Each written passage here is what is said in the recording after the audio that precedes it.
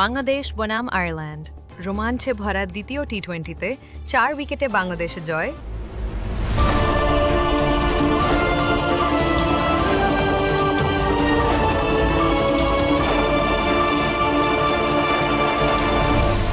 Channel CB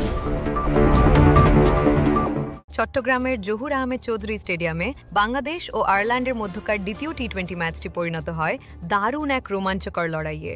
toss জিতে প্রথমে bat করতে নেমে আয়ারল্যান্ড নির্ধারিত 20 ওভারে সংগ্রহ করে 170 রান 6 উইকেটের বিনিময়ে।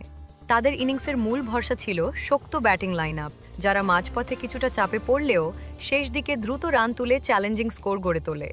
বাংলাদেশের বোলারদের মধ্যে উজ্জ্বল ছিলেন মেহেদী হাসান। তার টাইট লাইন লেন্থে আয়ারল্যান্ড ব্যাটাররা ব্যতিব্যস্ত হয়ে পড়ে। তিনি তুলে নেন গুরুত্বপূর্ণ 3 উইকেট, যা আয়ারল্যান্ডকে 180-এর ওপরে যেতে বাধা দেয়। 171 রানের লক্ষ্য তাড়া করতে নেমে বাংলাদেশ শুরু থেকেই আক্রমণাত্মক ব্যাটিং করে।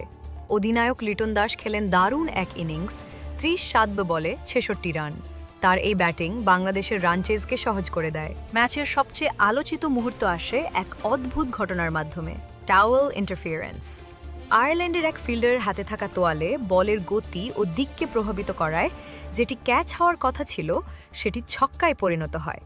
সফরকারীরা তীব্র আপত্তি তুললেও এম্পায়াররা নিয়ম অনুযায়ী ছক্কায় ঘোষণা করেন, যা শেষ পর্যন্ত ম্যাচের ফলাফলে বড় ভূমিকা রাখে।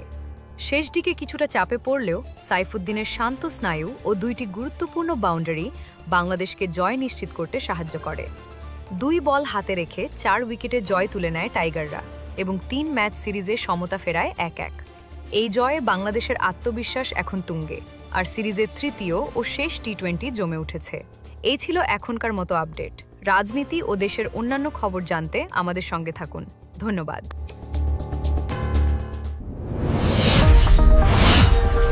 Subscribe now for daily news and updates.